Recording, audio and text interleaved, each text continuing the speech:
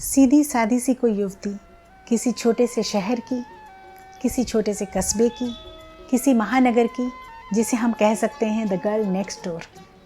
और एक ऐसा ही नायक जो हमारे आपके पति जैसा, प्रेमी जैसा, भाई जैसा, बिल्कुल ऐसा ही चरित्र। एक परिवार, छोटा या बड़ा, लेकिन प्रेम से भरा हुआ, और उसकी बेहतरीन कहानियाँ। जी, मैं बात कर रही हूँ राजश्री बैनर की, जो लेकर आए पारिवारिक साफ सुथरी फिल्में और हिंदी सिनेमा में नया इतिहास रच दिया। नमस्कार, मैं हूँ पूनम राज और आरजे ग्रुप की ओर से आप सबका स्वागत करती हूँ उस शो में जिसका नाम है रविंद्र जैन्स गोल्डन जर्नी।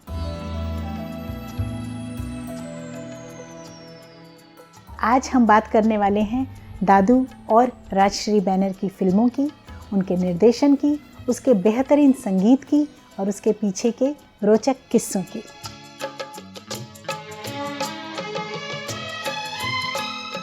आदरणीय ताराचंद बड़जात्या जी ने स्थापना की राजश्री पिक्चर्स की। ताराचंद जी की दृढ़ भक्ति रही श्री औरबिंदो आश्रम पुडुचेरी से, और हमेशा उन्होंने वो वैल्यूज़ अपने परिवार को भी दी। उनका हमेशा से ये मानना था कि अच्छे सिनेमा का प्रचार और प्रसार होना चाहिए। इसीलिए उन्होंने हमेशा पारिवारिक फिल्में और साफ़ सुथरी फिल्मों का ही चलन शुरू किया, और इसके साथ ही उनकी कहानियाँ भी बेहद भावपूर्ण हुआ करती थी। सीधी सादी, भारतीयता के रंग में रची बसी, भारतीय सभ्यता और परंपरा की सौंधी सौंधी उसमें से खुशबू आती थी। यही पहचान रही राजश्री बैनर की। इन फिल्मों का संगीत हमेशा ही बहुत ही मधुर और कर्णप्रिय रहा। ज़्यादातर संगीत दिया रविंद्र जैन जी ने। दादू और राजश्री ने मिलकर बहुत सारी फिल्में की। आज हम उन्हीं फिल्मों की चर्चा भी करने जा रहे हैं। हुआ यूँ कि कवि रामरिख मनहर जी जब दादू कलकत्ते से मुंबई आए तो वो दादू को सबसे मिलाते रहते थे, जो स्वयं एक बहुत बड़े कवि थे और बहुत ही उनका अच्छा स्वभाव था। कोई भी जब मुंबई आता था तो वो सभी की सहायता किया करते थे, और दादू के लिए तो उनके मन में विशेष लगाव था। वो हमेशा ही दादू को लोगों से मिलाते रहते थे और बहुत खुश होते थे उनकी सफलता पर। इसी क्रम में एक बार वो राजश्री के ऑफिस में गए और ताराचंद बड़जात्या जी के मंझले पुत्र राजकुमार बड़जात्या जी, जिन्हें प्यार से हम राज बाबू कहा करते थे, उनसे दादू को मिलाया। दादू जब उनसे मिले तो उन्होंने राधा और कृष्ण के चित्रण पर एक बहुत ही सुंदर रचना सुनाई। रचना थी, नीर भरन का करके बहाना, मेरे लिए ज़रा बोझ उठाना, राधा रे राधा जमुना किनारे आना। ये सुनकर राज बाबू को बहुत अच्छा लगा और उन्होंने दादू से कहा कि बहुत जल्द ही हम साथ में काम करेंगे। फिर वो दिन आया, दशहरे का वो दिन था, और दादू एक बार फिर राजश्री के ऑफिस में मिलने के लिए गए, और वहाँ पर राज बाबू ने उनको एक लिफाफा दिया जिसके ऊपर लिखा हुआ था उपहार। उसमें जानते हैं कितने रुपए थे? 11 रुपये। और दादू बहुत खुश हो गए। वो उनका वादा था कि अब हम साथ में काम कर रहे हैं, और उनको फिल्म मिली थी सौदागर। और दादू को लगा कि अब एक और एक 11 हो गए, और वाकई उस दिन से राज बाबू और दादू की दोस्ती हो गई, और जो अटूट रही। जीवन की आखिरी सांसों तक दोनों ने एक दूसरे का साथ दिया। 1973 में फिल्म आई सौदागर। ये फिल्म शुरुआत थी दादू और राजश्री की साझेदारी की। इस फिल्म की कहानी बंगाल की पृष्ठभूमि पर है। नायक इसमें रस का काम करता है। इस फिल्म का नाम भी पहले रस ही था, और इसमें नायक थे सदी के महानायक अमिताभ बच्चन जी, और नूतन जी और पद्मा खन्ना जी की भी बहुत ही उत्कृष्ट अभिनय है। जैसी राजश्री की फिल्में हुआ करती हैं, भावपूर्ण और जीवन से जुड़ी हुई उसमें बातें होती हैं, ऐसी ही ये कहानी थी। और इसके गीत भी बहुत ही अच्छे हैं। इसमें बहुत सारे दिग्गज कलाकारों ने गाया था। कौन भूल सकता है किशोर कुमार साहब का गाया हुआ हर हंसी चीज़ का मैं तलबगार हूँ। हर हंसी चीज का मैं तलबगार हूँ, रस का फूलों का गीतों का बीमार हूँ। या फिर मन्ना डे साहब का दूर है किनारा। दूर है किनारा गहरी नदी की धारा, टूटी तेरी नई और फिर आशा जी का ये गीत कौन भूल सकता है। सजना है मुझे सजना के लिए, जरा उलझी लटे सवार दूं, हर अंग का रंग निखार दूं कि सजना है मुझे सजना के लिए। आज भी जब बात होती है सजने संवरने की तो ये गीत याद आ ही जाता है और बहुत पॉपुलर भी है। एक और गीत इसमें है जो बिल्कुल अमर हो गया है। लता जी की आवाज़ में ये गीत है तेरा मेरा साथ रहे। तेरा मेरा साथ है, तेरा मेरा साथ है, धूप हो छाया हो दिन हो के रात रहे। तो ये गीत दादू को बहुत पसंद था और दादू ने कहा था कि राजबाबू और उनके विचार तानपुरे के जोड़ों के तारों के जैसे मिल गए थे। जो वो कहना चाहते थे वो समझ जाते थे और बिन कहे भी वो एक दूसरे की भाषा को समझते थे, इसीलिए इतना अच्छा गीत संगीत उनके साथ में मिलकर बनता था। 1975 में एक फिल्म आई गीत गाता चल, राजश्री बैनर और दादू के साझेदारी में। ये फिल्म 1965 में बनी अतिथि का रीमेक थी जिसकी कहानी रविंद्रनाथ टैगोर जी की है। राजबाबू अधिकतर दादू के गीतों के टाइटल से ही फिल्म के टाइटल भी ले लिया करते थे। ये फिल्म भी उन्हीं में से एक थी। इस फिल्म के सभी गीत बहुत अच्छे थे, लेकिन जो टाइटल सॉन्ग है शायद उसको लिखने के लिए ही किसी गीतकार को बहुत सारे अवार्ड मिल जाने चाहिए, क्योंकि पूरा जीवन दर्शन उस गीत में समाया हुआ है। गीत गाता चल ओ साथी गुनगुनाता चल।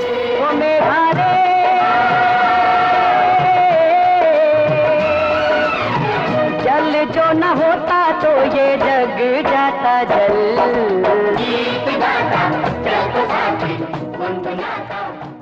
कितना सुंदर दादू ने लिखा है, जल जो ना होता तो ये जग जाता जल। और इस गीत को सुनने के बाद ऐसा लगता है जैसे हम पूरे जीवन का दर्शन इस गीत में पा रहे हैं। मुझे लगता है कि हिंदी फिल्म इंडस्ट्री में दादू अकेले ऐसे गीतकार हैं जिन्होंने संगीतकार के साथ इतने सुंदर सुंदर गीत लिखे हैं। अधिकतर पहले के ज़माने में ऐसा होता था कि संगीतकार की जोड़ियाँ चला करती थी और दो लोग मिलकर किसी फिल्म का संगीत दिया करते थे और उनके साथ एक होते थे गीतकार। लेकिन दादू ने अकेले ही अपने गीत और संगीत साथ में किए। गीत गाता चल गीत के लिए एक नए गायक आए, जसपाल सिंह जी। दादू और राजश्री बैनर ने बहुत सारे नए नए गायक और गायिकाओं को प्लेटफॉर्म दिया। हमेशा ही नई नई प्रतिभाओं को वो लेकर आए हैं। जसपाल सिंह जी भी उन्हीं में से एक थे। उनकी आवाज़ बहुत ही मधुर तो थी ही, साथ ही सचिन जी जब उनको गाते थे तो ऐसा लगता था जैसे कि वो सचिन जी की ही आवाज़ हो। यहाँ मैं एक बात बताना चाहूँगी कि सचिन जी स्वयं भी बहुत अच्छे सिंगर हैं, लेकिन उन पे जसपाल सिंह जी की आवाज़ तो जैसे ऐसा लगती थी कि एक दूसरे का पर्याय हैं वो। इस फिल्म में एक और बहुत ही मधुर और बहुत ही सुपरहिट गीत है, शाम तेरी बंसी पुकारे राधा नाम। शाम तेरी बंसी पुकारे राधा नाम, शाम तेरी बंसी पुकारे राधा नाम, लोग करे मेरा को यूं बदनाम। आज भी हर स्टेज हर जगह पे वो गीत गाया जाता है। दादू के बेहतरीन गीतों में से वो गीत है और उसको गाया था जसपाल सिंह जी और आरती मुखर्जी दीदी ने। आरती मुखर्जी दीदी जितना अच्छा वो गाती थी उतनी स्नेहमयी वो रही हैं और उनकी आवाज़ के तो क्या कहने। हमेशा ही उनकी आवाज़ में जितने भी गीत हुए वो बहुत ही पॉपुलर हुए और इसी फिल्म के लिए वो अमर चौपाइयाँ भी बनी, जिसकी बात हम अपने पिछले एपिसोड्स में कर चुके हैं। मंगल भवन अमंगल हारी, वो चौपाइयाँ इसी फिल्म के लिए उनका सृजन हुआ था और दादू का हर शो उन्हीं चौपाइयों से शुरू होता था। मंगल भवन अमंगल हारी, द्रवहु सुदशरथ अजर बिहारी, राम सिया राम जय जय राम। 1976 में 2 फिल्में रिलीज़ हुई राजश्री बैनर की दादू के साथ में। एक थी तपस्या और दूसरी चितचोर। पहली बात करते हैं तपस्या की। तपस्या फिल्म बेहद भावपूर्ण अभिनय के साथ भरी हुई और बहुत ही संवेदनशील एक उसकी कहानी है। इस फिल्म में नायिका का प्रेम और समर्पण देखते ही बनता है। पिता का बहुत ही छोटी उम्र में देहांत हो जाता है और कैसे वो अपने भाई बहनों को संभालती है, स्वयं विवाह नहीं करती हैं और उनकी जिम्मेदारियां पूरी उम्र निभाती हैं। जैसी राजश्री की फिल्में हुआ करती हैं, पारिवारिक, साफ सुथरी, प्रेम और समर्पण से भरी हुई, ऐसी ही ये भावपूर्ण कहानी है। ये कहानी है आशापूर्णा देवी जी की। तपस्या एक बहुत ही सुंदर फिल्म है। इसके गीत भी बहुत ही अच्छे बन पड़े हैं। जो राह चुनी तूने उस राह पे राही चलते जाना रे, बेहद भावपूर्ण गीत है जिसे लिखा है MG हशमत साहब ने। जिस रंग में ढाले वक्त मुसाफिर ढलते जाना रे, उसी राह पे राही चलते जाना रे। राखी जी का अभिनय तो देखते ही बनता है। नायक की भूमिका में है परीक्षित साहनी जी। इस फिल्म की कहानी आपके मन को छू लेती है। ये बहुत ही भावना प्रधान फिल्म है। जब आप फिल्म देखते हैं तो कई बार आपकी आंखें भीग जाती हैं। राजश्री की फिल्मों की एक खासियत होती थी कि उसमें रिश्तों को बहुत महत्व दिया जाता था और इस फिल्म में हम देखते हैं कि किस तरह से प्रेम और समर्पण की ये एक कहानी है और इस फिल्म को नेशनल अवार्ड भी मिला था। आजकल जब हम देखते हैं तो लोग बहुत प्रैक्टिकल हो गए हैं और रिश्तों को हम थोड़ा साइडलाइन कर देते हैं। 1976 में फिल्म आई चितचोर, दादू के संगीत निर्देशन में और राजश्री बैनर। इस फिल्म का नाम पहले था चितचकोर, जिसकी कहानी को दादू ने ही ढूंढ निकाला था। ये एक छोटे से गांव की कहानी है। गांव में एक सीधी सादी सी लड़की होती है जो नायिका हैं जरीना वहाब जी, जिन्होंने इस फिल्म में नायिका की भूमिका निभाई और बेहद सरल लड़की का इसमें उन्होंने किरदार निभाया। इस फिल्म में नायक की भूमिका में थे अमोल पालेकर जी, जिनका इस फिल्म में भी एक सीधे साधे युवक का रोल था। उनके रोल इसी तरह के हुआ करते थे और वो इतनी सहजता से अपने रोल किया करते थे कि हर किसी को लगता था जैसे कि एक सीधा साधा गांव का या शहर का कोई लड़का है और लोग उनके कैरेक्टर के साथ खुद को बहुत रिलेट किया करते थे। ये भी बेहद भावपूर्ण और संवेदनशील कहानी थी, रिश्तों से और प्रेम समर्पण से भरी हुई। जैसी राजश्री बैनर की फिल्में हुआ करती थी उसी तरह की ये भी कहानी थी, सीधी सादी, जो आपके मन को छू लेती है। इस फिल्म के गाने भी एक से बढ़कर एक थे। इस फिल्म में एक गायक आए जिनकी आवाज़ को बहुत ही पसंद किया जाता है और जिनका बहुत ही सम्मान है आज फिल्मी दुनिया में, लेकिन उन्होंने हिंदी सिनेमा में कदम रखा था इस फिल्म से। उनका नाम है कटासरी जोसेफ येसुदास। जी हाँ, KJ येसुदास जी, जिन्होंने इस फिल्म से हिंदी सिनेमा में अपना फिल्मी कैरियर शुरू किया। बहुमुखी प्रतिभा के धनी एवं बेहद गुणी बासु चटर्जी जी के निर्देशन में ये फिल्म बनी थी।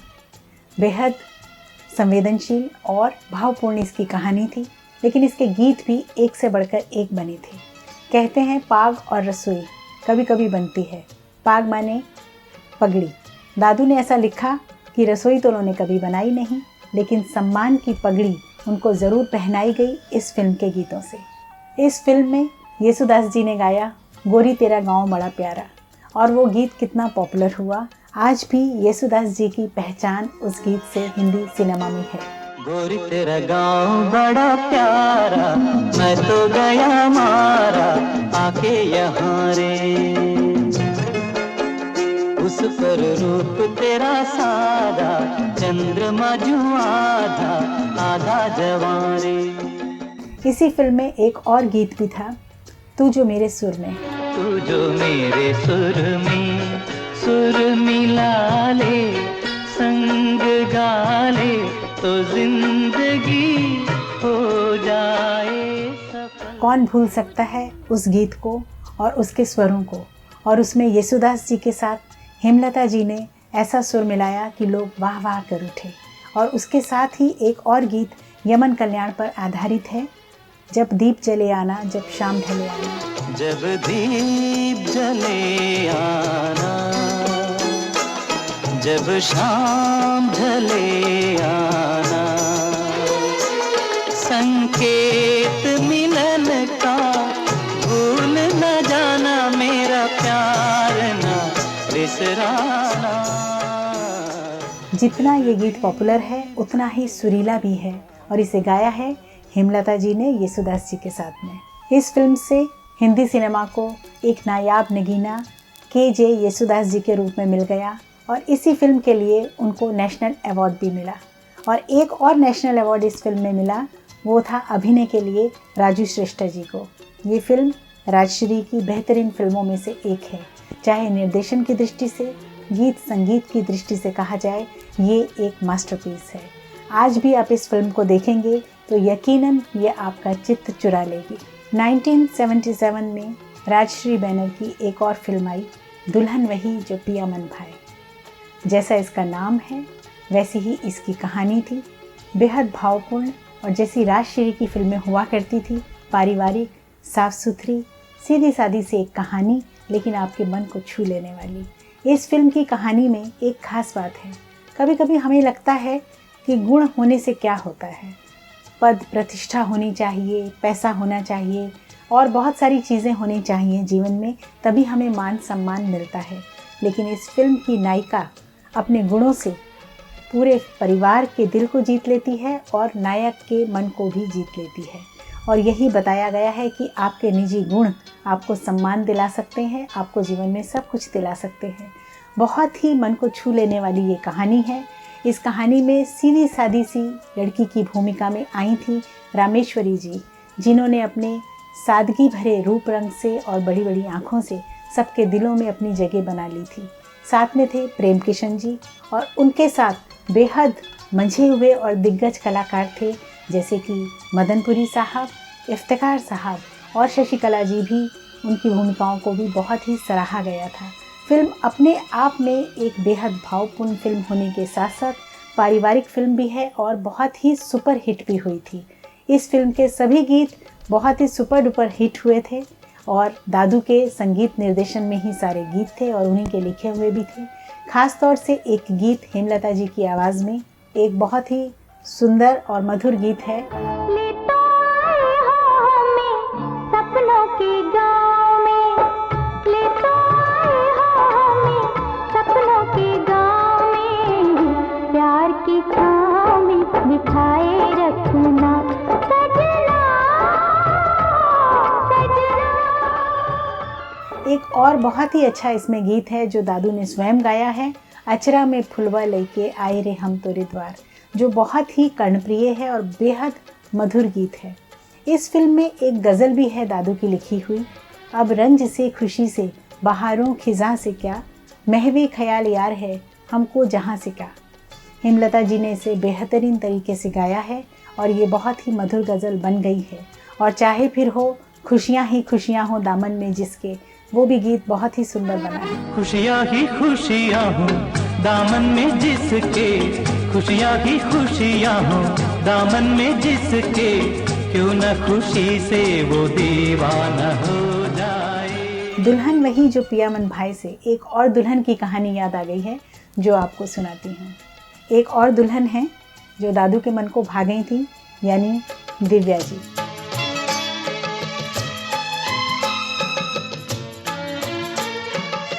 और जब दिव्या जी दिल्ली से मुंबई पहली बार आईं विवाह कर, तो आप जानते हैं कि विवाह के बाद एक स्वागत समारोह होता है। इस तरह के स्वागत समारोह का आयोजन अधिकतर घर के बड़े या पिता या भाई करते हैं, लेकिन राजश्री परिवार ने इस तरह का आयोजन करके जैसे दिव्या जी का दिल ही जीत लिया। आज भी वो उस प्यार को याद करके बेहद भावुक हो जाती हैं। दोस्तों, बहुत सारे लोग व्यापार करते हैं या हम कोई व्यवसाय करते हैं, हम काम करते हैं, लेकिन उसके साथ इस तरह के रिश्तों को मेंटेन कर पाना बहुत मुश्किल होता है, जो राजश्री परिवार ने दादू के परिवार के साथ सदैव निभाया। ये हमें सीखने को भी मिलता है रिश्तों को किस तरह से निभाया जाता है। और आज भी जब बात आती है राजश्री परिवार की, तो दादू के परिवार का लगाव उनके लिए देखते ही बनता है। यूँ तो दादू और राज बाबू की दोस्ती सदैव अटूट रही, लेकिन उनका रिश्ता पारिवारिक था। दादू और दिव्या जी को सदैव पूरे परिवार का लगाव और स्नेह मिलता रहा है। आदरणीय ताराचंद जी और उनकी धर्मपत्नी का स्नेहाशीष उन्हें सदैव मिला। और जब इस रिसेप्शन का आयोजन किया गया तो कमल बाबू और उषा भाभी हों, चाहे अजीत बाबू और उर्मिला भाभी हों, वो भी उतने ही उनके साथ थे जितने राज बाबू और सुधा भाभी रहे हैं। तो पूरे परिवार के साथ हम कह सकते हैं कि दादू और दिव्या जी का साथ रहा है और स्नेह रहा है। आज भले ही दादू और राज बाबू शारीरिक रूप से इस दुनिया में नहीं हैं, लेकिन दोनों परिवारों में स्नेह और लगाव आज भी वैसा ही बना हुआ है। दोस्तों, राजश्री ने केवल फिल्मों में ही परिवार को महत्व नहीं दिया, केवल फिल्मों में ही प्रेम और समर्पण की कहानियाँ नहीं दिखाई, उन्होंने अपने वास्तविक जीवन में भी उस परंपरा को निभाया है। दोस्तों, राजश्री बैनर की फिल्में हमें जीवन जीने की प्रेरणा देती हैं। जब हम यंग होते हैं तो हम सभी कोई ना कोई इंश्योरेंस पॉलिसी लेते हैं, उसका प्रीमियम भरते हैं, तभी हमें उसमें से डिविडेंड मिलता है और बुढ़ापे में वो मैच्योर हो जाती हैं और उसका हमें फ़ायदा मिलता है। लेकिन जब हम यंग होते हैं तो बहुत सारे रिश्ते हमारे साथ नए नए जुड़ते चले जाते हैं। हमें रिश्तों में भी इन्वेस्ट करना चाहिए, उसका प्रेम का प्रीमियम हमें भरते रहना चाहिए। ये नहीं भरेंगे तो वो रिश्ता मैच्योर होकर उतना खूबसूरत नहीं बनेगा। यही बात हमें राजश्री की फिल्मों से सीखने को मिलती है कि प्रेम और समर्पण का कितना महत्व है जीवन में और परिवार हमारे लिए कितना ज़रूरी है। ये जो बातें हैं इतनी खूबसूरत राजश्री और दादू के परिवार की, ये चलती रहेंगी। इसको एक एपिसोड में समेट पाना तो लगभग नामुमकिन है, बल्कि मैं ये कहूँगी कि हम कुछ एपिसोड्स में भी इसको शायद कितना दिखा पाएंगे ये नहीं जानते, लेकिन कोशिश करेंगे कि इसकी कहानियाँ आपको बताते जाएं, इनकी बेहतरीन फिल्में, उसका बेहतरीन संगीत और उसके पीछे के जुड़े हुए बहुत ही रोचक किस्से लेकर फिर से एक बार मैं आपसे मिलने वाली हूँ। तब तक आप रखिए अपना ध्यान, अपने रिश्तों को खाद पानी देते रहिए ताकि वो मुरझाए नहीं। लेती हूँ आपसे विदा, मिलेंगे फिर से एक नए एपिसोड में राजश्री बैनर और दादू की कहानियों के साथ। तब तक के लिए नमस्कार, जय हिंद।